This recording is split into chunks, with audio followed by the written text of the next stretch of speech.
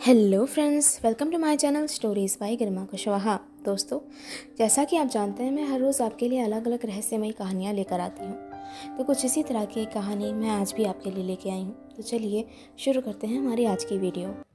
Shawn अपने माँ बाप का इकलौता बेटा था। वो अपनी फैमिली के साथ हर बार छुट्टियों में अपने दादा दादी के घर घूमने जाया करता था। उसके दादा दादी का घर था ही इतना अनोखा।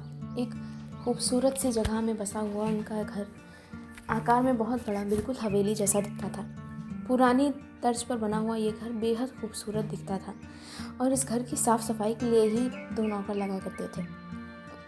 शॉन के दादाजी काफ़ी अमीर हुआ करते थे, पर उसके पिताजी अब एक आम से बिजनेसमैन थे। पर फिर भी शॉन उनका अकेला बेटा था और इसलिए वो उसके पालन पोषण में किसी तरह की कमी नहीं करते थे। वो जब भी अपने दादाजी के घर जाता था, रास्ते भर के खूबसूरत नज़ारों का आनंद लेता हुआ जाता था। इंग्लैंड का वो खूबसूरत घर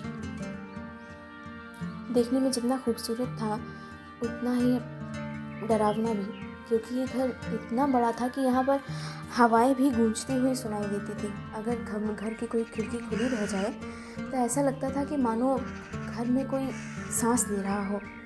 इस बार भी शॉन अपने दादा दादी के घर घूमने जा रहा था। रास्ते भर वही खूबसूरत नज़ारे। रास्ते में एक खूबसूरत बहती हुई नदी जिसकी आवाज़ शॉन को सुनने में बहुत अच्छी लगती थी, और उस नदी में तैरती हुई मछलियाँ वो इतनी साफ़ थी कि उसके अंदर तैरती हुई मछलियाँ और रंग बिरंगे पत्थर ऊपर से ही देखे जा सकते थे।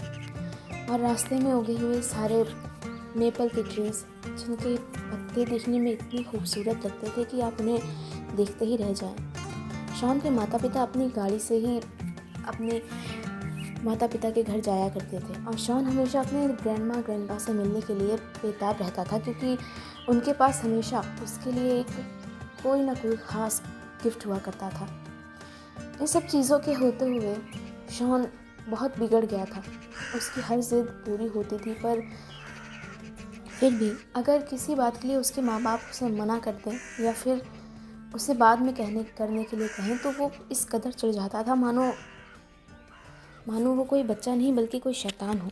शॉन अपने ग्रैंडमा और ग्रैंडपा के घर पहुंच गया था, और घर पहुंचने के बाद उनका अच्छा स्वागत हुआ और लंच में उन्हें खाने के लिए रोस्टेड डक दी गई, और वो बड़े चाव से उन सभी ने खाई।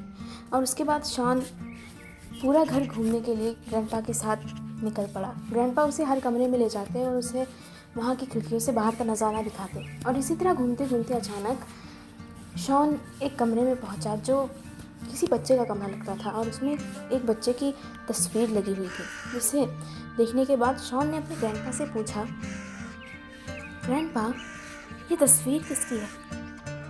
ये तुम्हारे अंकल जॉर्ज की तस्वीर है। मेरे अंकल जॉर्ज? पर मेरे तो कोई अंकल जॉर्ज नहीं है। हाँ, क्योंकि वो बहुत बचपन में ही गायब हो गए थे। वो उम्र में तुम्हारे पिता से कुछ छोटे थे, पर एक दिन पता नहीं कैसे वो जंगल में गायब हो गए थे। जंगल में गायब हो गए थे? हाँ।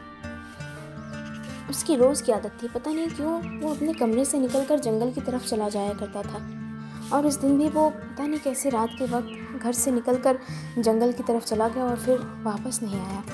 ओह बेचारे अंकल जॉर्ज।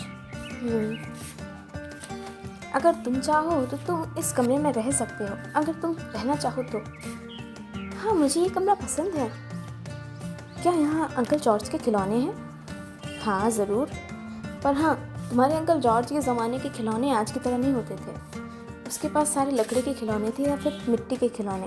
क्या तुम्हें वो पसंद आएंगे? मैं ज़रूर देखना चाहूँगा। ठीक है। अगले दिन पूरे रोज़ बारिश होती रही, और उस दिन शॉन का मन किया कि वो ग्रैंडपा के साथ बारिश में भीगते हुए जंगल में घूमने जाए। उसे ऐसा करने का बड़ा मन था, और उसने अपने ग्रैंडपा से इसके लिए पूछा, पर ग्रैंडपा ने मना कर दिया। उन्होंने कहा, शॉन बेटा देखो, बारिश में भीगना तुम्हारे लिए अच्छा नहीं है। तुम अभी सिर्फ 7 साल के छोटे बच्चे ही तो हो। अगर तुम बीमार पड़ गए तो यहाँ से डॉक्टर को ढूंढने में बहुत मुश्किल होगी, क्योंकि यहाँ आसपास कोई अच्छा डॉक्टर नहीं है। हमें यहाँ से दूर शहर जाना पड़ेगा। इसलिए आज तुम घर ही पे रहो, और कल मैं तुम्हें अपने साथ बाहर ले जाऊंगा और हम दोनों मिलकर वहाँ मशरूम्स कलेक्ट करेंगे। ठीक है? नहीं दादाजी, मुझे आज ही जाना है, मुझे आज ही जाना है। ऐसा कह के शॉन ने ज़िद पकड़ ली और इसी तरह चिल्लाता रहा और दादाजी को गुस्सा दिखाता रहा और गुस्से में उसने सामने रखी हुई फ्लावर वास को उठाकर फेंक दिया और वो 2 टुकड़ों में टूट गया। दादाजी ये देखकर बहुत दुखी हुए और साथ ही साथ उनके दिमाग में एक पुराना किस्सा कौंध गया और वो कुछ परेशान से दिखने लग गए। शॉन के माता पिता ने उसे समझाया और उसे डांट लगाकर उसके कमरे में भेज दिया और शॉन पूरे दिन अपने कमरे में ही बैठा रहा, मुंह फुलाकर। शाम के वक्त वो खाना खाने नीचे आया। ग्रैंडमा ने उसके फेवरेट नूडल्स बनाए थे और साथ ही साथ उसके लिए डेज़र्ट में उसका फेवरेट पुडिंग बनाई गई थी। उसे खा के वो थोड़ा खुश हुआ और वापस अपने कमरे में सोने चला गया। रात के वक्त जब उसने अपने कमरे की लाइट्स ऑफ की और जब वो अपने कमरे में सोने लगा, तब रात के वक्त अचानक एक आवाज़ से उसकी नींद खुल गई। उसे ऐसा महसूस हुआ कि दीवार के अंदर से किसी तरह की आवाज़ आ रही है, जैसे कोई दीवार को खटखटा रहा हो, या ऐसा लग रहा था कि कोई दीवार के अंदर चहलकदमी कर रहा हो। उसने दीवार के पास कान लगाकर सुनने की कोशिश की और कमरे की लाइट्स ऑन की, पर उसे कुछ सुनाई नहीं दिया और वो एक बार फिर से लाइट्स ऑफ करके लेट गया और सोने की कोशिश करने लगा। इस बार वो अपनी आंखें बंद करके लेटा ही था, पर फिर भी उसे नींद नहीं आ रही थी। तभी उसे ऐसा महसूस हुआ कि उसे कमरे में कुछ चल रहा है और जब उसने अपनी आंखें खोलकर देखी तो उसे ऐसा लगा कि कमरे के एक बिल्कुल अंधेरे काले कोने में कोई चीज़, कोई साया बैठा हुआ है जो उसी की ओर देख रहा है। ये देखकर शॉन कुछ चौंक गया और डर के मारे उसने फ़ौरन लाइट जलाई, पर वहाँ कुछ भी नहीं था। सब कुछ बिल्कुल नॉर्मल था। उसके बाद शॉन ने अपने कमरे की लाइट जलाए रखी और सोने की कोशिश करने लगा और इस वाक़ये के काफ़ी देर बाद उसे नींद आ पाई और सुबह वो जल्दी उठ गया। उसके ग्रैंडपा ने उसे उठाया और उसे जंगल में घुमाने ले जाने की बात कही और शॉन तुरंत तैयार हो गया। साथ ही साथ ग्रैंडपा ने उसे कहा, शॉन, क्या तुम जानना चाहोगे अंकल जॉर्ज कहाँ चले गए और उन्हें क्या हुआ?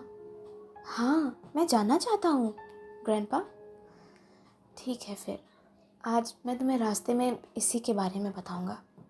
क्या था अंकल जॉर्ज के गुम हो जाने का राज और आखिर क्या चीज़ थी जिससे शॉन ने रात के वक्त अपने कमरे में देखा? जानने के लिए देखिए मेरी कहानी का अगला भाग।